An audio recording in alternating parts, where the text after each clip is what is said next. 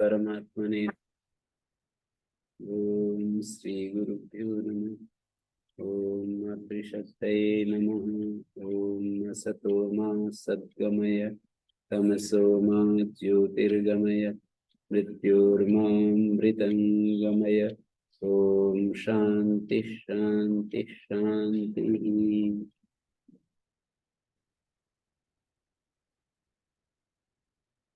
रविवार ये सत्संग की ये 53वीं कक्षा है। मानी हम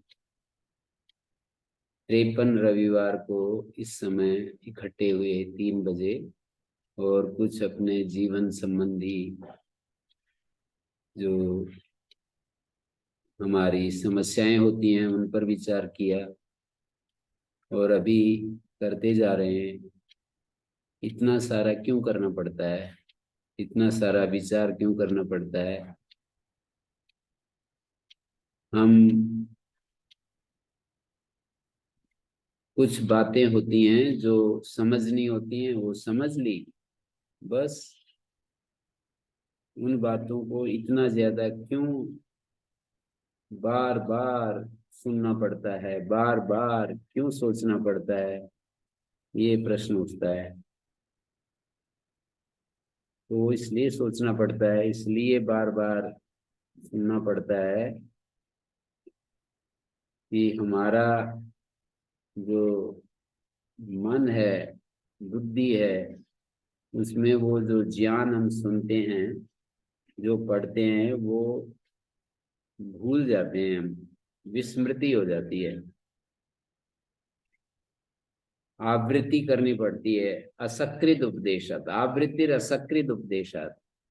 वेदांत दर्शन में एक सूत्र आता है कि हमें अनेक बार उपदेश शास्त्र में मिलता है कि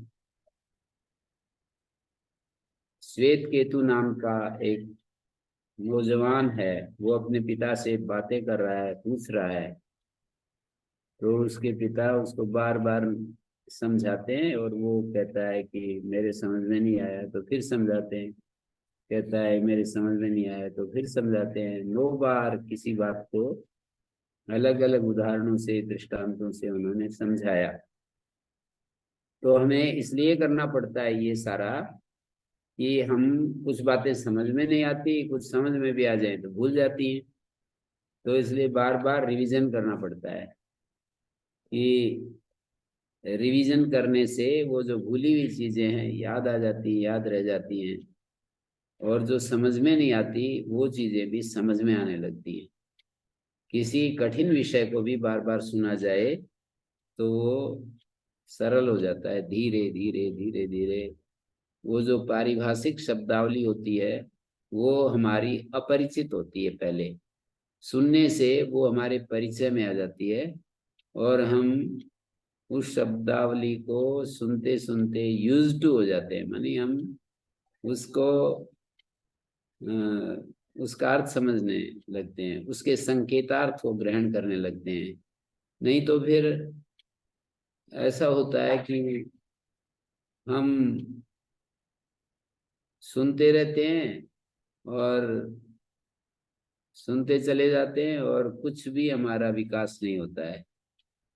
हमारी हमारा जो रूपांतरण है वो हमारा लक्ष्य है कि हमारा स्वभाव बदल जाए, हमारे चित्त का परिवर्तन हो जाए, हमारी बुद्धि में परिवर्तन आ जाए, मन में परिवर्तन आ जाए, इंद्रियों में परिवर्तन आ जाए, रुचियों में परिवर्तन आ जाए, इच्छाओं में परिवर्तन आ जाए। ऐसा हम बहुत ज्यादा इस बारे में सोचते हैं।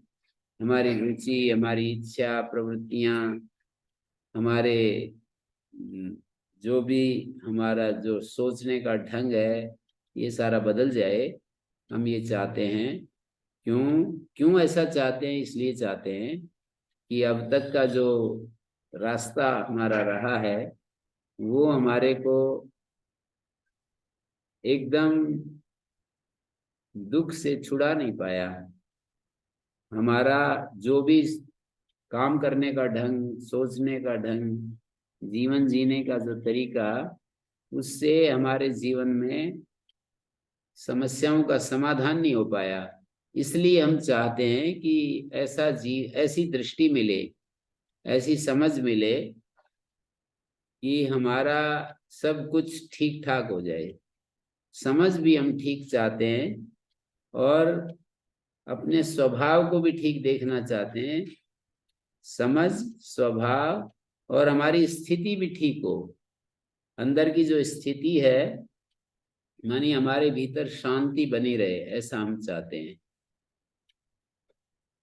कितना भी आदमी पढ़ लिख ले, यदि उसके मन के खिलाफ कुछ होता है तो वो प्रतिक्रिया होने लगती है।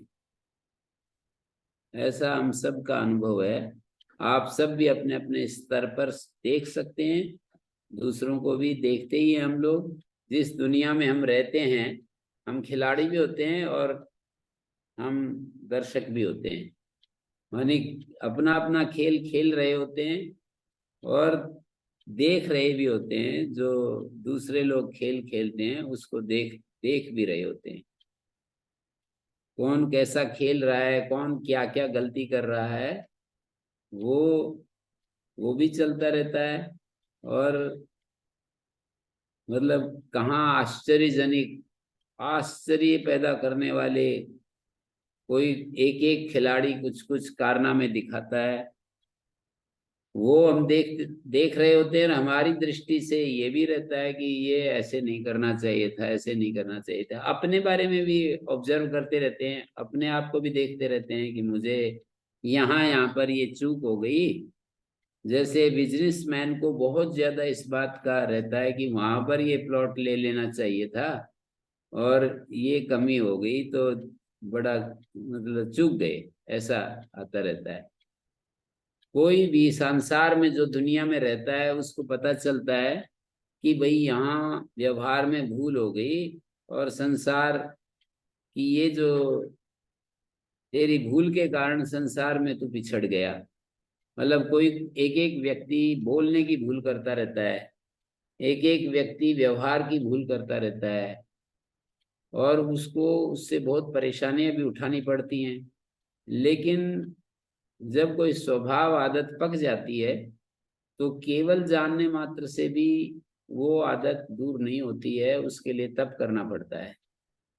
जैसे हमने जान ली कि तेरी ये आदत ठीक नहीं है।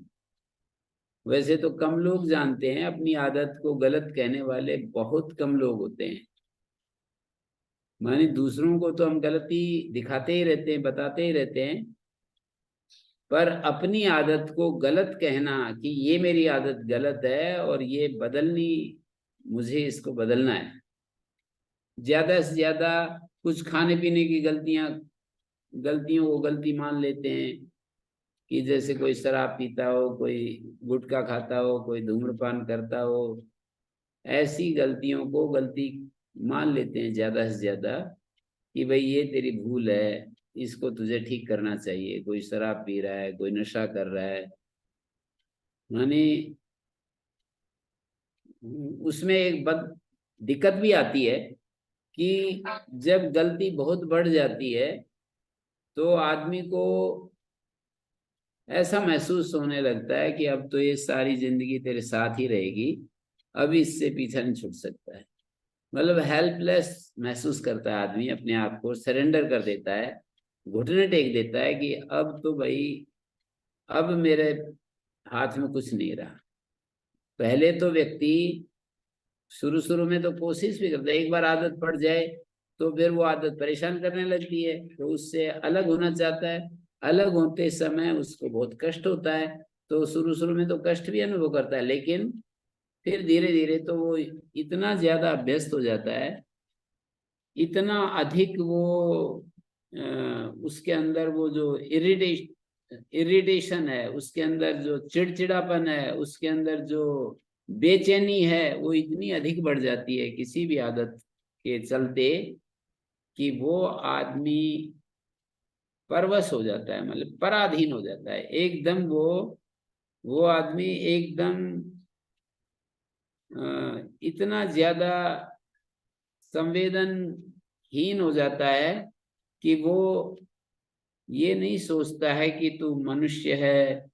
मनुष्य को तो इंद्र कहा है, अहम इंद्रो न पराजिज्ञे धनम। मैं जो है विजय के लिए पैदा हुआ हूं, मैं इंद्र हूं जो कभी भी पराजित नहीं होता हूं। ऐसे आशाजनक बातें आती नहीं, उत्साहजनक बातें आती नहीं, मन इतना ढीला पड़ जाता है, उसकी जो सोचने की क्षमता है वो इतनी नीचे चली जाती है कि आदमी के अंदर उत्साह नाम की, जो बहुत बड़ा हमारे जीवन का एक सहारा होता है, उत्साह, मतलब आदमी के पास उत्साह है और कुछ भी नहीं है तो वो एक उत्साह के सहारे अपने जीवन को अच्छा भी बिता सकता है और कोई भी चीजों को फिर पा सकता है यदि उत्साह बराबर बना रहे। लेकिन उत्साह गायब हो जाता है जब आदमी को पराधीनता सामने खड़ी रहती है, जब आदमी को कोई दूसरा व्यक्ति उसको बहुत आगे बढ़ा हुआ दिखता है और वो अपने आप को पीछे, तो हीन भावना आ जाती है और वो कहता है कि भाई मैं तो अब, जैसे कि कोई वो दौड़ लगाते हैं ना, तो एक दो चक्कर में तो अच्छी दौड़ लगाएंगे और फिर तो जो बहुत आगे चले जाते हैं तो पीछे वाले खड़े हो जाते हैं, बैठ जाते हैं कि भाई हमारा काबू नहीं लगेगा। इस संसार की दौड़ भी ऐसी ही है।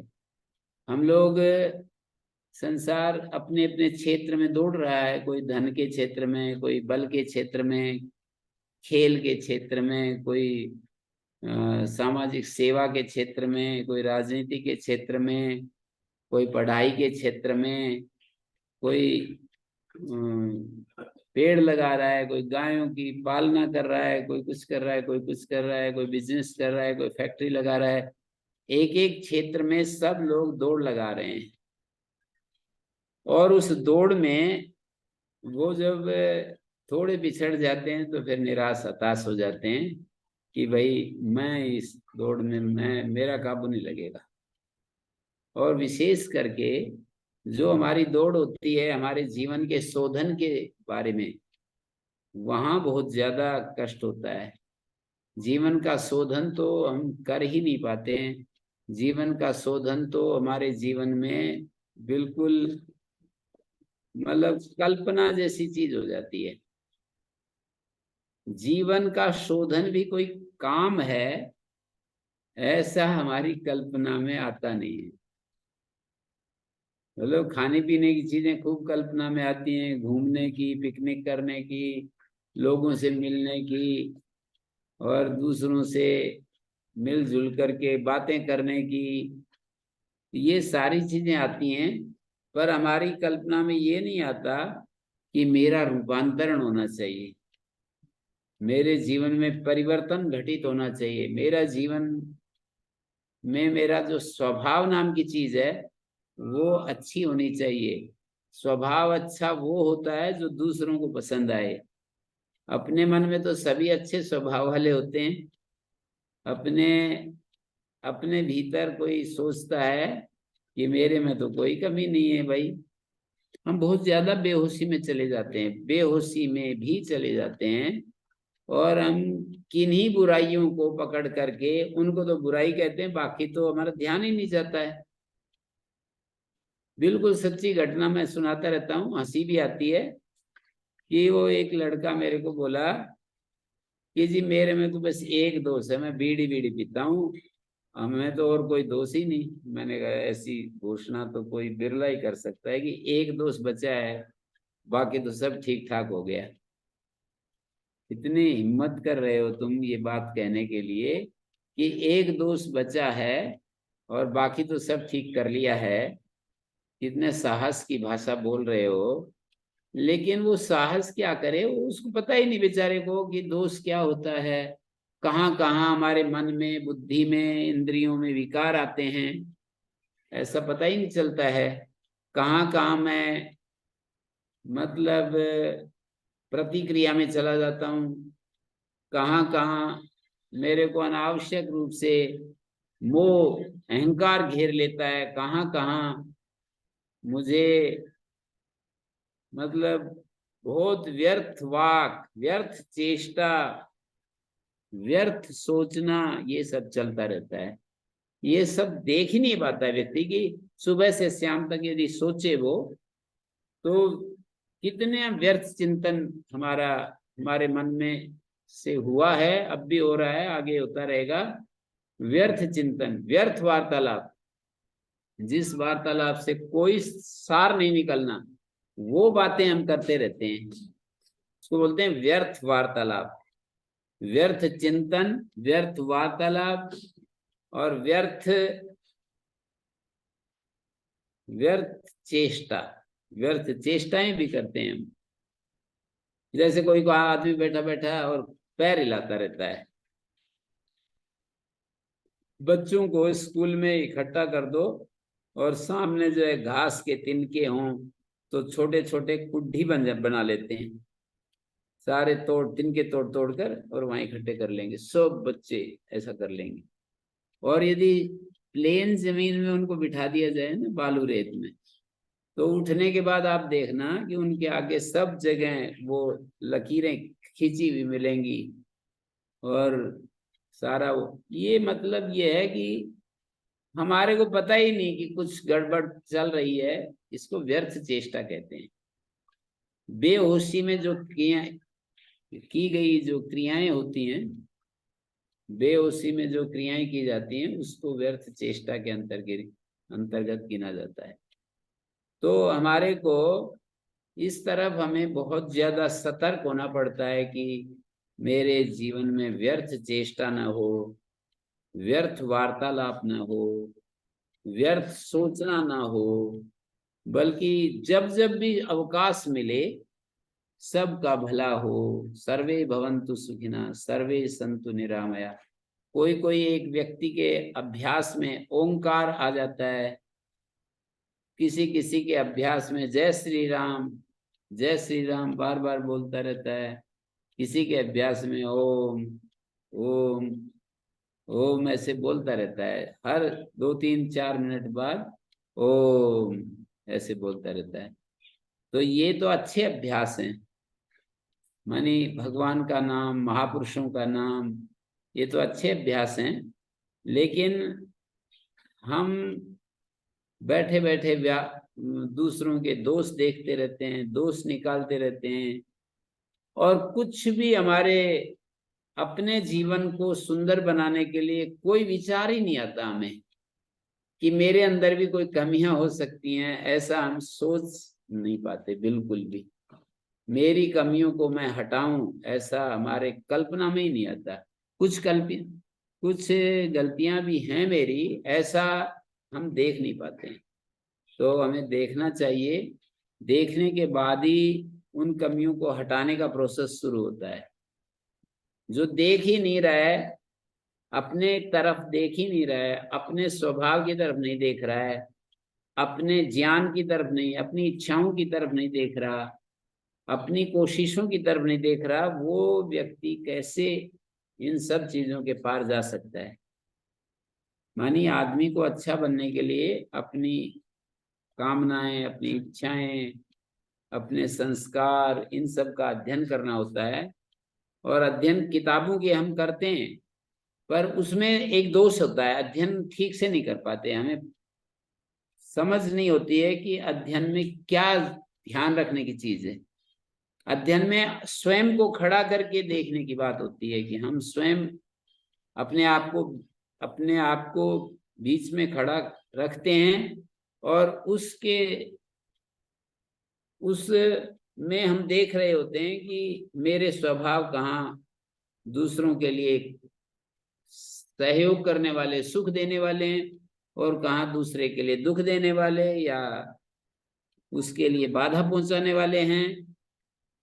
सारा अस्तित्व का एक निचोड़ तो यही है कि हम दूसरों को ज्यादा से ज्यादा सुख पहुंचाएं और दूसरों से कम अपेक्षा रखें, दूसरों को सुख पहुंचाएं।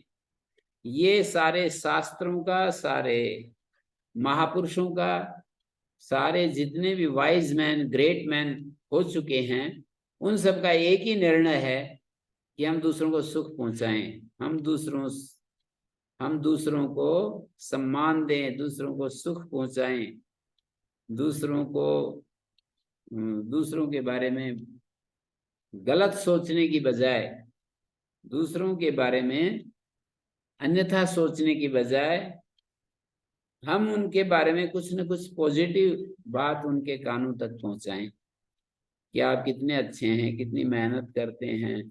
खूब सारी बात सुनाकर एक धीरे से कुछ कहना ही है, मान लो आपको उसकी कुछ कमी बतानी है, तो खूब सारी बड़ाई करने के बाद फिर एक वाक्य में हम ये कह दें धीरे से, ये यदि ठीक हो जाए तो बहुत ही अच्छा है।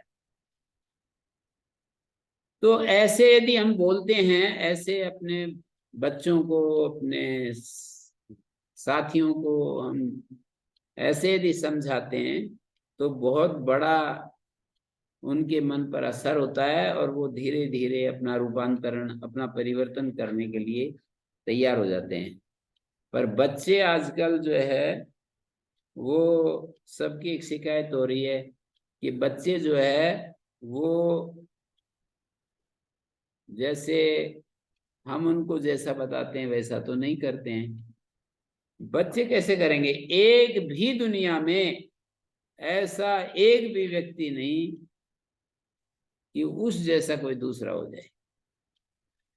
एक भी व्यक्ति नहीं मिलेगा जो दूसरा व्यक्ति उसके समान हो जाए। जब ऐसा हो ही नहीं सकता, तो हमारे सोच के अनुसार, हमारी जो दृष्टि है उसके अनुसार सारी दुनिया ऐसी हो जाए, ये तो बहुत ही मुश्किल बात है।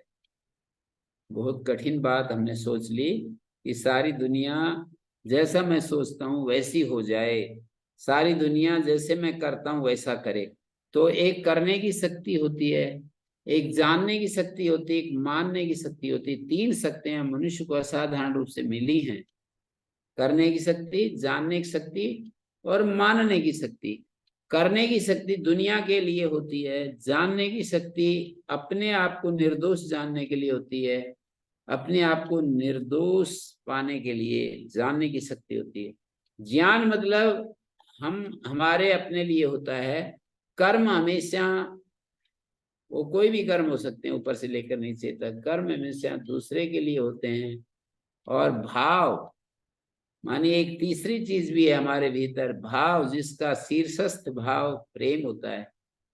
भाव जो होते हैं वो होते हैं परमात्मा के लिए या परमात्मा के बंदों के लिए। परमात्मा के बंदों के को देख करके अच्छी फीलिंग्स आए, ये है प्रेम। परमात्मा के बंदों को देखकर अच्छी फीलिंग आए, या परमात्मा के जो स्वरूप को देखकर अच्छी फीलिंग आए। परमात्मा का स्वरूप भी हमें पता चलता है, ध्यान करते समय परमात्मा का स्वरूप पता चलता है। हम यदि ये कोशिश करें कि परमात्मा का स्वरूप का कैसे पता चलता है, जब वृत्तियां शांत होती हैं, शब्द चुप होते हैं, तो उसमें जो रहता है वो परमात्मा ही तो है। शब्दों के शांत होने के बाद, शब्दों के चुप हो जाने के बाद जो रहता है वो परमात्मा है। तो इस तरह से हमारे को ये देखना पड़ेगा परमात्मा कैसे हमारे को, किस तरह से परमात्मा हमारे को प्रेरणा करता है, कैसे सबके हृदय में प्रेरणा करता है, उसको फील करने से उसके प्रति प्रेम आता है। कभी कभी अच्छे भाव, कभी कभी हमारे भीतर अच्छे भाव उठते हैं, कभी कभी हम बिल्कुल उदासीन रहते हैं, कभी कभी नेगेटिव भाव भी आ जाते हैं। तो ये हमें देखने की बात है कि कब कब मेरे अंदर नेगेटिव भाव आते हैं दूसरों के प्रति, कब कब हम दूसरों के प्रति हम अप्रसन्न होते हैं, कब कब ऐसा होता है। तो ये हम जब देखते जाते हैं तो उस देखने में हमको पता चल जाएगा कि ये चीजें मेरे द्वारा सोची जा रही हैं, ये चीजें की जा रही हैं, ये मेरी इच्छाएं हैं। सबसे मुश्किल काम दुनिया में अपने को देखना है। हम दूसरों को तो सहज रूप से देख लेते हैं, सबसे मुश्किल काम अपने को देखना, अपने वर्तमान क्षण को देखना। भूतकाल की बात भी कोशिश करके देखें तो दिख जाती है, भविष्य काल की बात भी बिना देखे अपने आप भी आ जाती हैं, कल्पना में मनोराज्य के रूप में भविष्य काल की बातें भी आ जाती हैं, हमारे अंदर आ जाती हैं। भविष्य काल की बातें भी आ जाती हैं और भूतकाल की बातें भी आ जाती हैं। सबसे मुश्किल काम है वर्तमान। यही असली पुरुषार्थ है कि वर्तमान में अपने मन को देखना। मतलब एक प्रारब्ध होता है, एक पुरुषार्थ होता है, दो शब्द होते हैं। तो प्रारब्ध तो जो प्राप्त है उसको प्रारब्ध कहते हैं, और जो प्राप्त के लिए जो प्रयत्न, अप्राप्त के लिए जो हम प्रयत्न करते हैं उसका नाम पुरुषार्थ होता है। जो हमारे स्वभाव में है, जो चीजें आज तक जो चीजें हमने बरती हैं, वो सारी चीजें यदि हमारी सहज रूप से बह रही हैं तो वो हमारा प्रारब्ध है। सहज रूप से बहना क्या होता है? हमारी जो आदत है, हमारा सोचना है, हमारा बोलना है। कोई कोई एक बच्चे को कल मैं देख रहा, बहुत ही तेज आवाज में बोल रहा था, छोटा था, एलकेजी का बच्चा था, और बहुत तेज आवाज में बोल रहा था। और इस तेज आवाज में मैंने कहा कि धीरे से, मैंने कहा, उनके दादा थे, दादी थी, मैंने कहा इसको प्रशिक्षण दो, थोड़ा धीरे धीरे बोले, थोड़ा आप लोग इसको सिखाओ, इस बात आगे चल करके ये स्वभाव बन जाएगा। स्वभाव को बदलना ऐसा है जैसे कि हिमालय में तैर करके गंगा के किनारे किनारे तैरते तैरते हिमालय में पहुंच जाना। स्वभाव जो होता है वो ऐसा हमारे पर हावी हो जाता है, और मतलब पानी का जैसे वेग होता है ना, 200 किलोमीटर की रफ्तार से जब पानी का वेग चलता है और उसमें कोई खड़ा रह जाए, एक एक सेकंड के लिए खड़ा हो जाए, तो कहीं का कहीं चला जाता है। मतलब कोई कहे कि रुक जा भाई, रुक जा, थोड़ा सा रुक, मैं, तो वो रुकेगा कहाँ? तो स्वभाव तो ऐसा होता है। ये देख नहीं पाते, इसलिए हम ठीक नहीं कर पाते चीजों को, ठीक इसलिए नहीं कर पाते कि हम देख नहीं पाते। देखना और ठीक करना दोनों साथ साथ चलते हैं। मतलब सांप का देखना और सांप से हटना, या फूल का देखना और फूल के साथ, फूल को अपने हाथ में लेना, उसके साथ चिपकना, उसको अच्छा मानना, उसको नाक से लगाना, उसको अपने जेब में लगाना। माताएं दक्षिण में अपने सिर में जूड़ा में लगाती हैं। तो ये मतलब दो ही तो चीजें, एक हटाना और एक पकड़ना। तो जो चीजें त्यागने की हैं उनको हम त्यागने के लिए, हम त्यागने योग्य चीजों को हम त्यागना चाहते हैं, चाहते हुए भी हम नहीं त्याग पाते। और पकड़ने की जो चीजें हैं, जो चीजें हम ग्रहण करना चाहते हैं, उनको ग्रहण करने की इच्छा होते हुए भी हम ग्रहण नहीं कर पाते। तो मैं तो इतना सारी जो बातें हैं मैं जो बोल रहा हूं, इसमें एक ही बात पर जोर देना चाहता हूं कि हम अपने वर्तमान क्षण में लौट करके आए, अपने को देखना शुरू करें कि मेरी कौन सी आदत पशु जैसी है, कौन सी आदत मनुष्य जैसी है।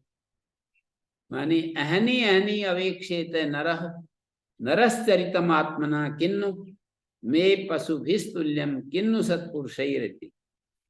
मेरा मन सत्पुरुषों जैसे काम करता है या पशुओं की तरह काम कर रहा है? तो ये देखना शुरू करें, देखना शुरू करेंगे तो काम शुरू हो जाएगा। मनुष्य की शक्ति अपार है, मतलब उसके लिए कुछ भी इस संसार में असंभव नहीं है। ये तो पक्का है कि कोई भी चीज मनुष्य के लिए असंभव नहीं है, लेकिन वो देखना तो शुरू करे कि मैं कहाँ खड़ा हूँ, कौन सी चीजें मेरे को चाहिए, कौन सी नहीं चाहिए, वो कौन सी चीजों से मुझे उदासीन रहना चाहिए। तीन तरह की चीजें होती है ना, कुछ चाहिए, कुछ नहीं चाहिए, और कहीं कहीं उदासीन रहना पड़ता है हमें। तो तीनों जगह हम अपना अपने जीवन को वहां से गुजार सकते हैं। चाहिए तो हम देखें मेरे को कौन सी चीज चाहिए।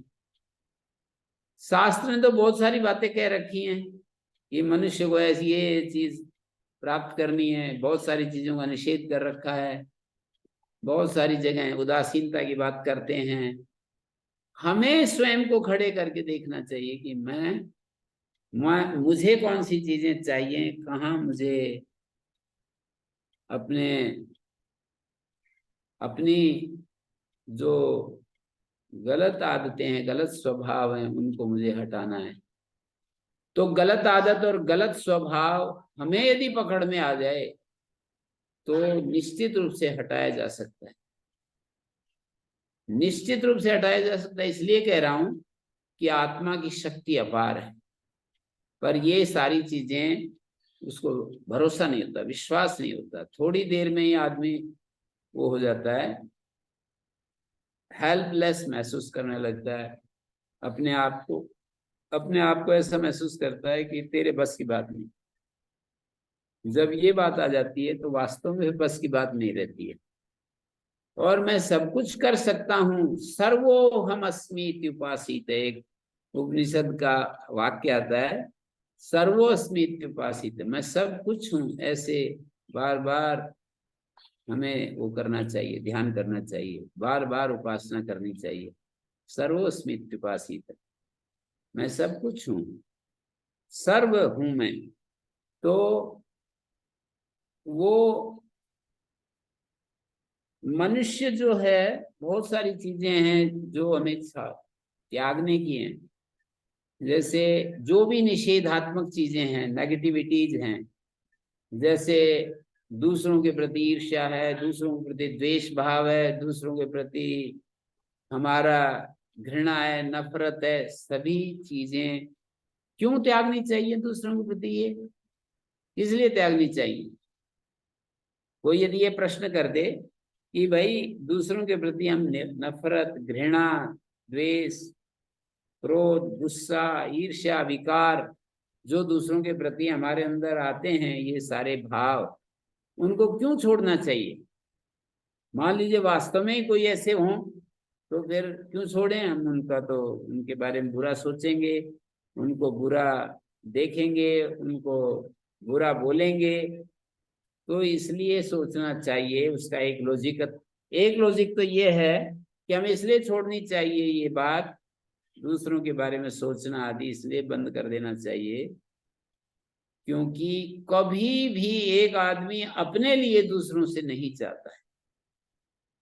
संसार में एक भी व्यक्ति ऐसा नहीं जो अपने लिए वो ऐसी कोई बात चाहे जो उसको इन्हीं बातों में से कोई बात, मतलब अपनी निंदा नहीं सुनना चाहता, अपने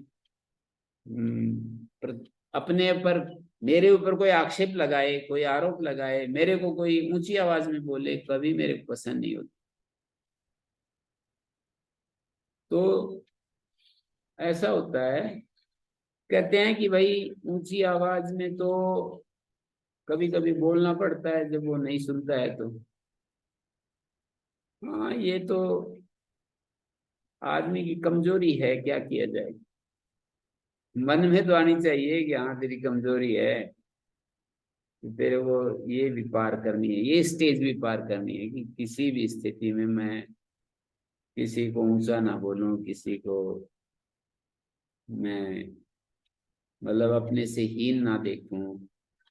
ऊंचा बोलने का मतलब हीन देखना ही है। मोदी जी के सामने कोई बोल के दिखाओ ना, जब ऐसे सामने सामने, क्योंकि उनको पता है कि भाई मोदी जी कुछ नहीं करेंगे तो दूसरे लोग रगड़ देंगे।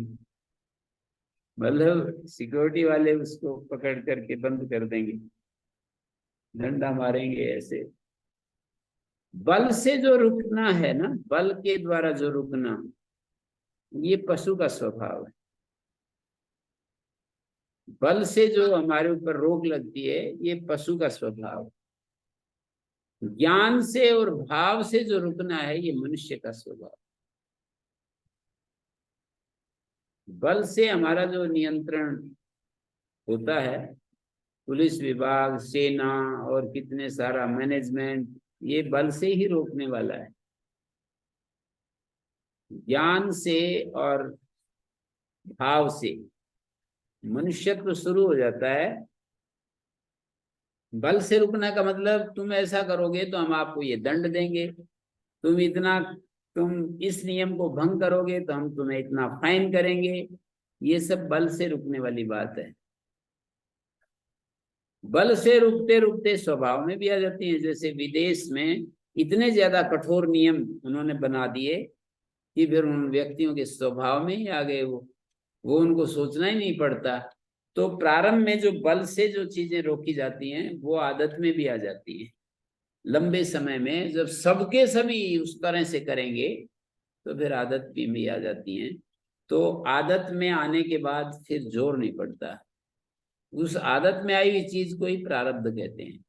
और जिस चीज के लिए हम प्रयास करते हैं, उसको पुरुषार्थ कहते हैं। कल ही कोई पूछ रहा था कि प्रारब्ध और पुरुषार्थ में कितना वो डिफरेंस है, कितना रेशियो है आगे पीछे।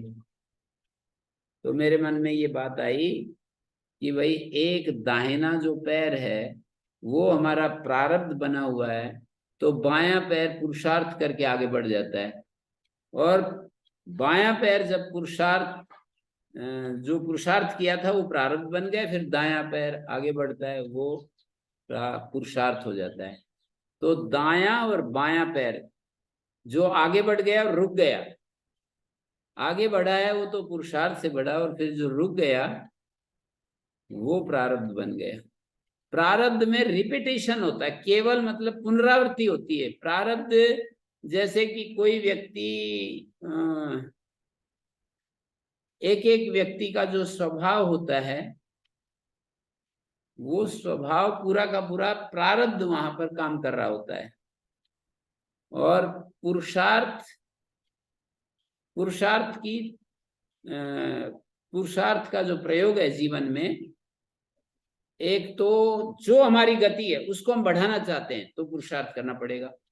जो हमारा मार्ग है और वो मार्ग हमें कहीं ले जा रहा है और वो अच्छी जगह नहीं है, जहां मैं पहुंचूंगा वो अच्छी जगह नहीं है, लेकिन आदतवश मैं उधर बढ़ता चला जा रहा हूं,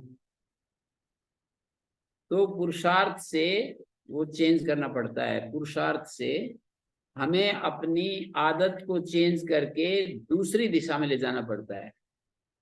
मानी जो आदत हमारी बन गई, उस आदत से भिन्न दिशा में जाने के लिए पुरुषार्थ की आवश्यकता होती है।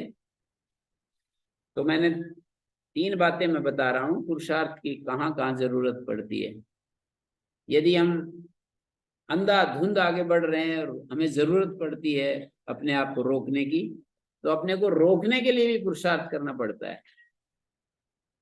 और दिशा बदल करके आगे बढ़ने के लिए, दिशा चेंज करके, जैसे पूर्व दिशा में जा रहे हैं, मेरे को जाना है फिर दक्षिण में, तो दक्षिण में जाने के लिए भी मुझे पुरुषार्थ करना पड़ता है। और जो गति मेरे पास है, उस गति को तीव्र करने के लिए भी पुरुषार्थ की आवश्यकता होती है। नहीं तो हमारा सामान्य रूप से प्रारब्ध ही रोटेट होता है, घूमता है बस। हम कोई नया नहीं करते, पूरे जीवन भर हम प्रारब्ध का ही दिया हुआ खाते हैं, प्रारब्ध का ही दिया हुआ जो भी कुछ हमारे जीवन में घटित होता है, प्रारब्ध के तहत ही घटित होता है। पुरुषार्थ में जो है वर्तमान की सजगता सबसे बड़ा पुरुषार्थ। जितने भी जीवन में पुरुषार्थ होते हैं, वर्तमान क्षण में यदि हम वो हो जाते हैं, केंद्रित हो जाते हैं, वर्तमान को हम परसीव करने लगते हैं, देखने लगते हैं, ऑब्जर्व करने लगते हैं, वर्तमान क्षण में रहना, ये सबसे बड़ा जीवन का पुरुषार्थ है। साधारण पुरुषार्थ नहीं, वर्तमान क्षण ही परमात्मा का क्षण होता है। Now is eternal.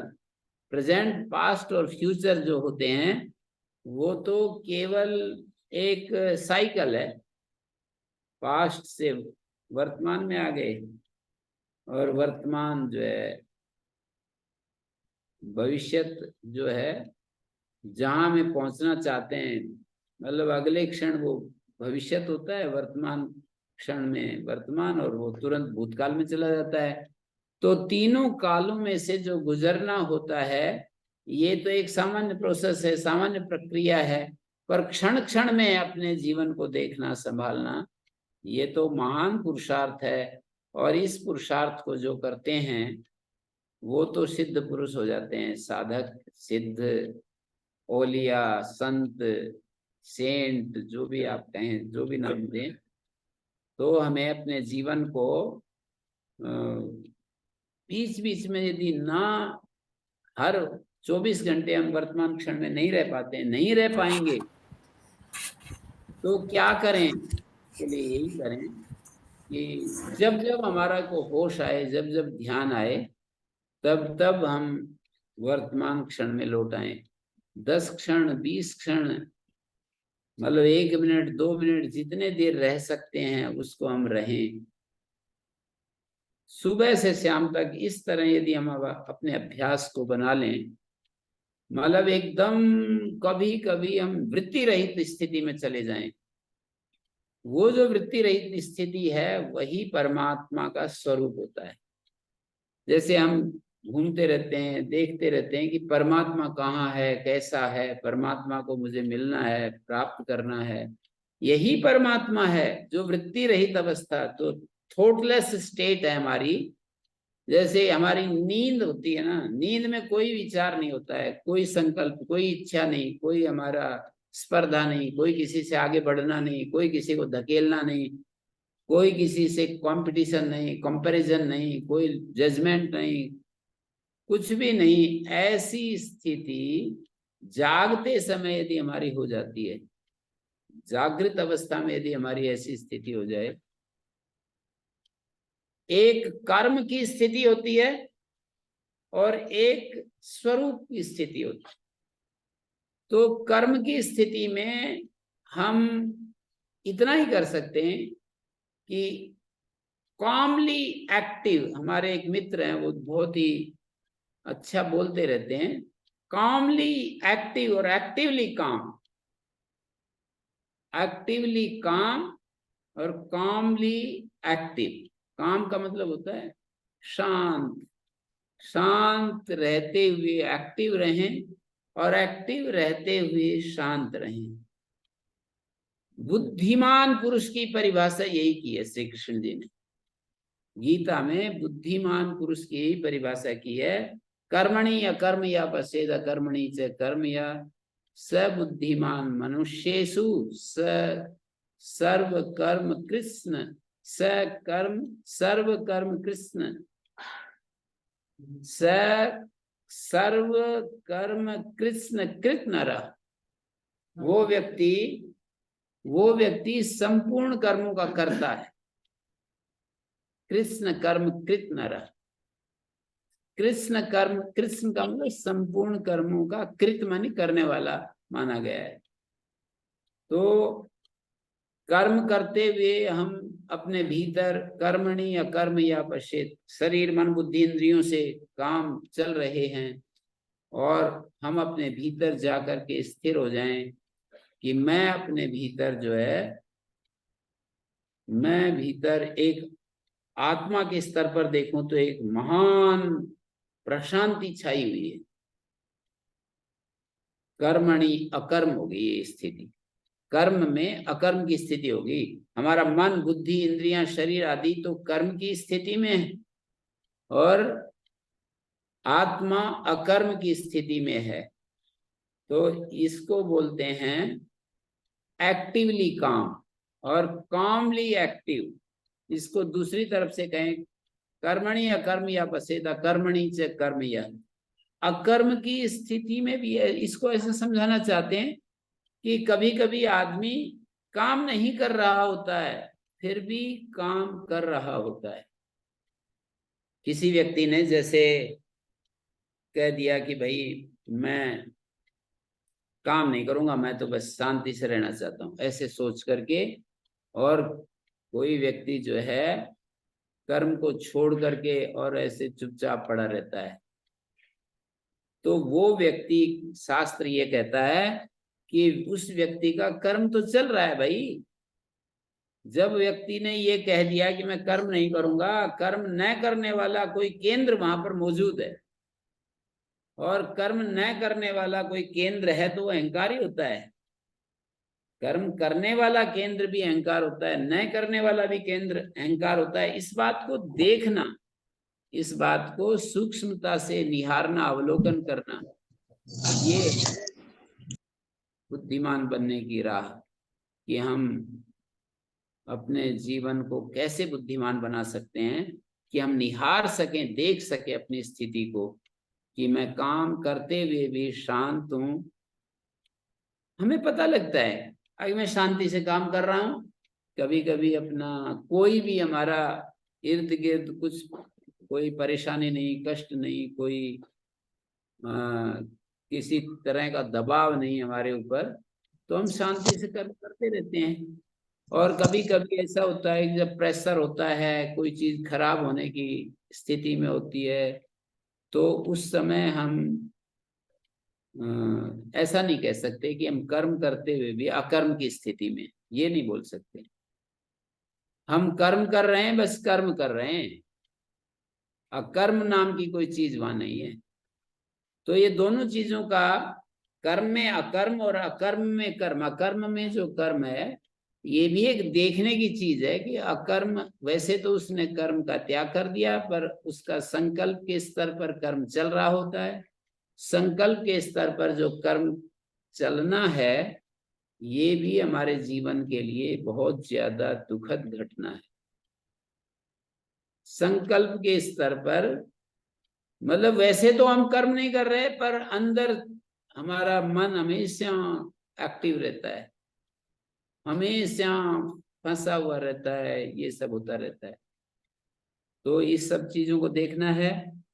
कुल मिलाकर के मैं फिर हर बार कहता रहता हूँ, और बार बार कोई अच्छी चीज सुनने में आए तो उसको चाव से सुनना चाहिए।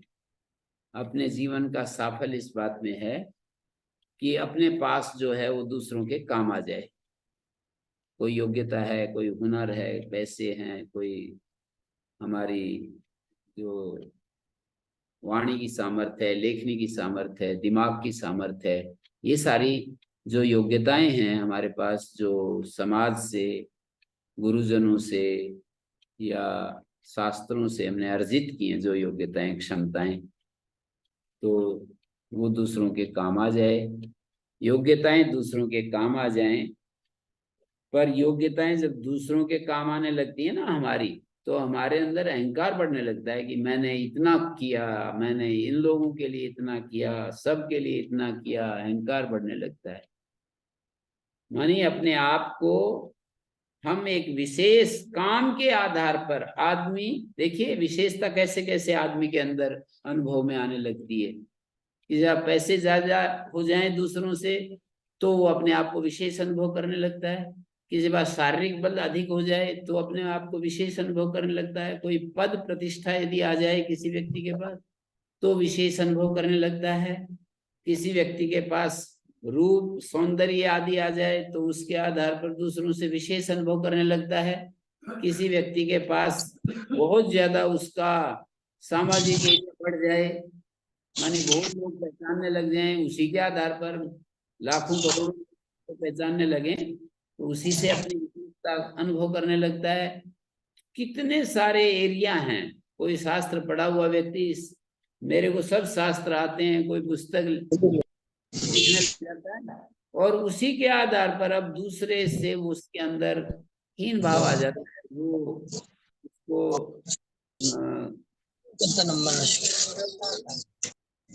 वो अपना द्वार ऐसे बंद कर लेता है, वो अपना रास्ता ऐसे बंद कर लेता है। किसी के पास कुछ भी यदि योग्यता है तो वो अपना रास्ता ऐसे बंद कर लेता है, जैसे कि कोई आदमी अपने काम कर रहा होता है ना, जैसे बड़े आदमियों के यहाँ होता है कि वो जो गेट पर उनकी ड्यूटी लगा देते हैं, वो अंदर जा ही नहीं सकते हम कहीं भी। किसी राजनेता के घर में, किसी बहुत बड़े पैसे वाले के, अंबानी के घर में ऐसे थोड़ी जा सकते हैं हम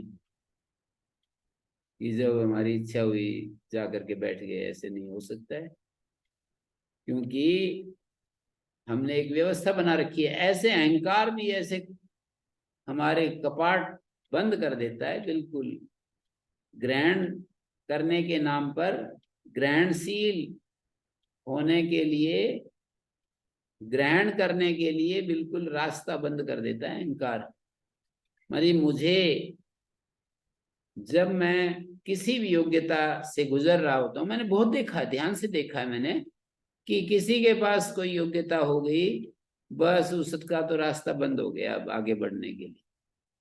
मानी भगवान का रास्ता तो बिल्कुल क्लोज हो गया है। अब किसी के पास कुछ सामर्थ्य आ गई तो नजाकत आ जाती है, मतलब खुदा हमको कुछ स्पेशल चीज दे देता है, या हमने ही किसी रास्ते पर कुछ चीजें प्राप्त कर ली, तो बस अब हम अपने द्वार बंद कर लेते हैं। नम्रता चली जाती है, अभिमान बढ़ने लगता है, और हमारे जीवन का ये बहुत बड़ा अंधेरा शुरू हो जाता है। मानी इस जीवन को खूब संपन्न कर लिया, अनेक दिशाओं से आगे बढ़ा लिया, लेकिन फिर भी हम कंगाल होकर के जाते हैं दुनिया से। इसलिए हमें सोचना चाहिए, ध्यान देना चाहिए कि ये अहंकार तो मेरे गुणों के साथ नहीं विकसित हो रहा है, उस पर निगाह रखनी चाहिए। मैं अहंकार नहीं करूंगा, ऐसे सोचने से अहंकार थोड़ी रुकेगा। मुझे अहंकार नहीं करना है, बस अहंकार को तो देखना है, उस देखने में रुक जाए तो अच्छी बात है। अहंकार को हम देख सकें, अहंकार के रूप में देखो ये अहंकार है, मैं अहंकार नहीं करूंगा, ऐसे सोचने से अहंकार नहीं जाता है। संकल्पों से अहंकार हमारे हमसे दूर हट जाए, कोई नहीं हटा सकता है, नहीं हट सकता है। मतलब ज्ञान से ही चीजें व्यवस्थित होती हैं। मैं बार बार कहता हूं कि मनुष्य, ये जो संकल्प है ये भी एक बल का रूप है ना। संकल्प का उपयोग है, ठीक है, संकल्प का अपनी जगह उपयोग है, लेकिन संकल्प एक बल का ही रूप है। मतलब हम कितनी सारी चीजों में संकल्प करते हैं कि मुझे ऐसा करना है, इससे अतिरिक्त कुछ करना ही नहीं है, ठीक है। संकल्प से व्यक्ति कर भी सकता है, क्योंकि उसको यदि बहुत सारे लोग देखने वाले होते हैं या ना भी देखने वाले हों, और वो अपने ही अंदर कभी कभी एक एक व्यक्ति बड़े संकल्प के धनी होते, तो संकल्प को पूर्ण करने के लिए हम कोशिशें करते हैं और संकल्प पूरे भी हो जाते हैं।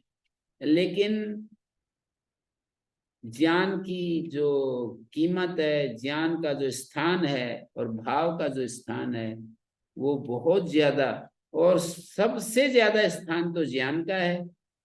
और यदि हम भक्त हैं तो सबसे बड़ा स्थान भाव का है। और यदि हम संसार के लिए कुछ करने के लिए आए हैं, करना चाहते हैं, तो सबसे बड़ा स्थान निष्कामता का है, निष्काम सेवा। मतलब हम करते रहें सेवा और बदले में उसके कुछ भी न चाहें। तीन काम यदि हो जाएं, मतलब अपने जीवन में ज्ञान प्रकर्षता को प्राप्त हो जाए। और ज्ञान की जो प्रकर्षता है वो इस बात से आंकी जाती है, ज्ञान की प्रकर्षता इस बात से जानी जाती है, आंकी जाती है कि ज्ञान ने हमें कितना निर्विकार बना दिया, कितना निर्द्वंद बना दिया, कितना निष्काम बना दिया, निर्वैर बना दिया। ज्ञान ने हमें कितना समता में प्रतिष्ठित कर दिया। उतार चढ़ाव जो जीवन में आते रहते हैं, कितने सारे हमारे जीवन में जो चाही अनचाही बातें होती रहती हैं, तो ज्ञान के बिना हम ऐसे तराजू के डंडे की तरह ऐसे नहीं रह सकते हैं कि हानि या लाभ, सुख या दुख, मान या अपमान, जय पराजय, इन सब प्रसंगों में हमारा मन ऊपर नीचे ना हो। सारे प्रसंगों में हमारा मन एक जैसा बना रहे, ये जीवन में हम चाहते हैं। पर ज्ञान के बिना या भगवान की भक्ति के बिना, इन दोनों कार्यों के बिना ऐसा नहीं हो सकता है। मानी भगवान की भक्ति में तो हम बच्चे बन जाते हैं, भगवान को हम समर्पित करते हैं, कुछ अपना नहीं मानते हैं, कुछ अपने पास जो कुछ भी है अपने पास वो भगवान का कहते हैं। जो अपने पास आया है, किसी व्यवस्था से हमारे पास आ गया, उसको भी हम भगवान का कहते हैं। केवल व्यवहार के तौर पर बोलचाल की भाषा में कहते हैं, तो थोड़ा अभी हमें रुक करके देखना चाहिए कि मैं ये बोल रहा हूँ या वास्तव में भगवान का मानने लग गया। चीजों को हम केवल रिवाज के तौर पर हम बोलते जाते हैं, सब कुछ भगवान का ही है, हमारा क्या है, सब कुछ उसी ने दिया है, ऐसा बोलते रहते हैं। तो हमें ये देखना चाहिए कि ये सब मैं बोल ही रहा हूँ या वास्तव में इसको मैं अपने ऊपर लागू कर रहा हूँ। तो एक तो ये बात है। दूसरी, ज्ञान का मतलब होता है असंग हो जाना, सारी चीजों के साक्षी बन जाना, एकदम दृष्टा बन जाना। चीजें ऊपर नीचे हो रही हैं और हम उसके ऐसे देख रहे हैं बस। पक्षी कभी ऊपर आकाश में उड़ रहा है, कभी नीचे आता है, कभी फूल पत्तियां लहरा रही हैं, कभी पत्ते हरे हो रहे हैं, कभी पीले पड़ रहे हैं, कभी कभी जो है जमीन सूख जाती है, कभी वर्षा हो रही है। सारी घटनाओं को ऐसे मतलब निहारते चले जाएं बस पूरे दिन भर। चीजों को जो भी घटित होता है उसके हम साक्षी विटनेस बन जाएं, उसके हम दृष्टा बन जाएं, तो ज्ञानी हो गए। और ऐसे ज्ञानी हो गए तो हमारे अंदर कोई विकार नहीं उत्पन्न हो सकता। हमारे का मतलब हमारे आत्मा में, क्योंकि जितने भी विकार होते हैं या तो मन में होंगे, बुद्धि में होंगे, शरीर में होंगे, इंद्रियों में होंगे, सारे विकार तो इन्हीं में होंगे, हम में विकार नहीं होंगे। लेकिन यदि हम ज्ञानी भी नहीं, भक्त भी नहीं, निष्काम कर्मी भी नहीं, अपनी इच्छाओं की पूर्ति के लिए कर्म करते हैं, बिजनेस करते हैं, फैक्ट्री लगाते हैं, राजनेता भी, वो तो मतलब सबके तो एक तरफ से हम नहीं कह सकते हैं। राजनेता भी जो है अच्छे और बुरे जैसे दूसरी चीजें, गृहस्थ अच्छे बुरे जैसे उनके लेवल्स होते हैं, बहुत अच्छे गृहस्थ भी होते हैं, बहुत उनके स्तर नीचे भी होता है। साधु भी बहुत अच्छे होते हैं, बहुत नीचे भी होते हैं। ब्राह्मण भी बहुत ऊंचे होते हैं, बहुत नीचे भी होते हैं। क्षत्रिय भी इसी तरह, वैश्य भी इसी तरह, शूद्र भी ऐसे होते हैं। शूद्र का मतलब जो शरीर से श्रम कर रहा है, ईमानदारी से, ईमानदारी से जो शरीर से श्रम करता है उसको शूद्र कहते हैं। आजकल लोगों ने उसको एक गलत अर्थ में उसको घसीट दिया और फिर भेद उत्पन्न कर दिया कि ये हरिजन हैं, ये SC ST हैं, ये हैं, वो हैं। तो हमारे जीवन में यदि हम ये देख सकें कि हमारा मन कहाँ खड़ा है, हमारी बुद्धि कहाँ खड़ी है, इंद्रियां कैसी हैं, विकार मन बुद्धि इंद्रियों में है, आत्मा में कोई विकार नहीं है। ऐसा श्री भगवान ने कहा है, गीता में कहा है कि इंद्रियाणि मनोबुद्धि अस्य अधिष्ठानम् उच्यते एतैर्विमोहयत्येष ज्ञानम आवृत्त देहिनम्। ये मतलब ये जो कामना होती है ना, यही मनुष्य को पकड़ करके और घुमा रही है। और ये कामना इंद्रियों में है, मन में है, बुद्धि में है। कामना का जो अधिष्ठान है, आधार है, कामना कहाँ रहती है? इंद्रियों में, मन में, बुद्धि में, 3 जगह रहती है। इंद्रियाणि मनोबुद्धि अस्य अधिष्ठानम् उच्यते।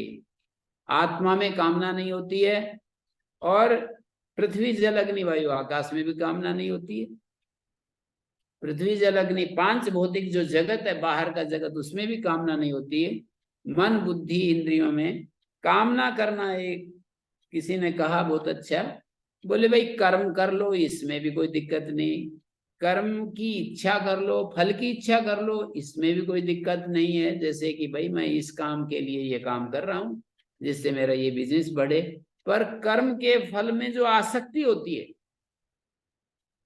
कर्म कर लिया, कर्म के फल की इच्छा भी कर ली, यहां तक तो कोई दिक्कत नहीं होगी। पर फल में आसक्ति होगी कि मैंने व्यापार किया है तो इतना ही लाभ होना चाहिए, मैंने कर्म किया, राजनीति में हाथ डाला और मैं राजनेता बन जाऊं, एमएलए बन जाऊं, एमपी बन जाऊं, सीएम पीएम जो भी बनना है बन जाए, कोई बात नहीं, इच्छा कर ली, उसमें भी कोई हानि नहीं। पर उसमें जो आसक्ति है, आसक्ति का पता जो है ना, वो ज्यादातर तो पराजय में पता लगता है, विजय में भी आसक्ति का पता नहीं लगता।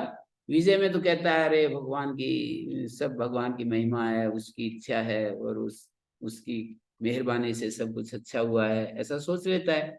लेकिन जब उसकी पराजय होती है, असफलता होती है, मनचाहा फल नहीं मिलता है, तो उस समय उसकी कैसी स्थिति होती है देखा जा सकता है।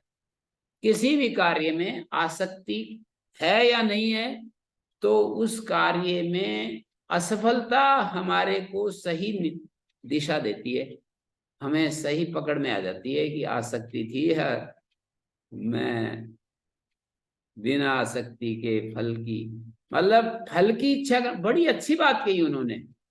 कल ही कोई मेरे से कह रहे थे कि बोले कर्म करने में भी क्या दिक्कत है, फल की इच्छा करने में भी क्या दिक्कत है, कोई बात नहीं, फल की इच्छा हम करते ही है ना, कि भाई हम ये खेत में गेहूं कर रहे हैं तो ये गेहूं से मेरे को पैसे मिलेंगे, घर का काम चलेगा, तो इसमें कोई दिक्कत नहीं, व्यापार कर रहे हैं तो ऐसे कोई इच्छा, पर उस फल में जो आसक्ति है, आग्रह है, उससे परेशानी होती है।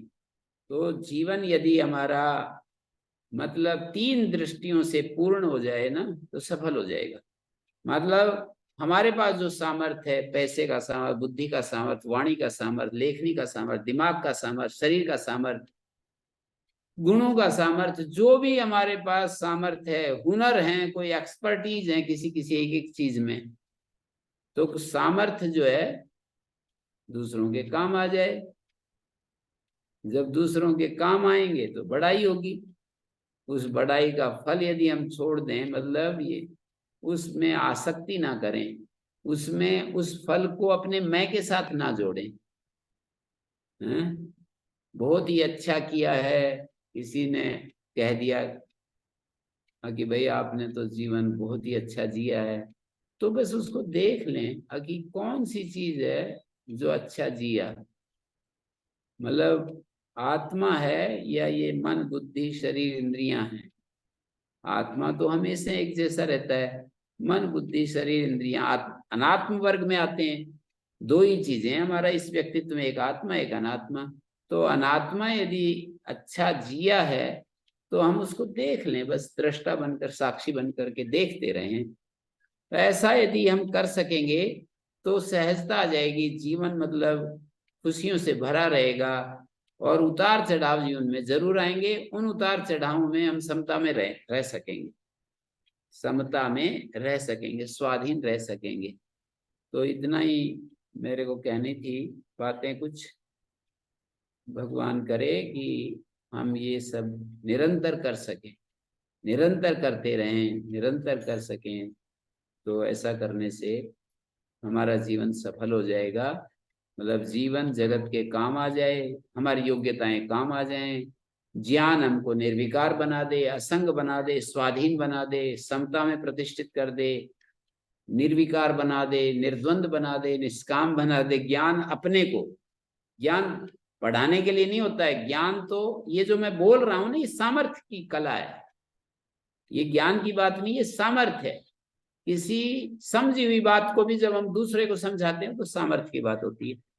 ज्ञान तो अपने आप को निर्विकार निर्दोष बनाने के लिए, और भाव भगवान को, जिसने मुझे सब कुछ दिया, अस्तित्व ने मुझे सब कुछ दिया, उसके प्रति प्रेम करते रहें, अंदर से भाव उसके प्रति, भगवान के प्रति प्रेम बढ़ता रहे, निरंतर बढ़ता रहे, तो हमारा जीवन सफल हो जाएगा। ओम शांति शांति शांति।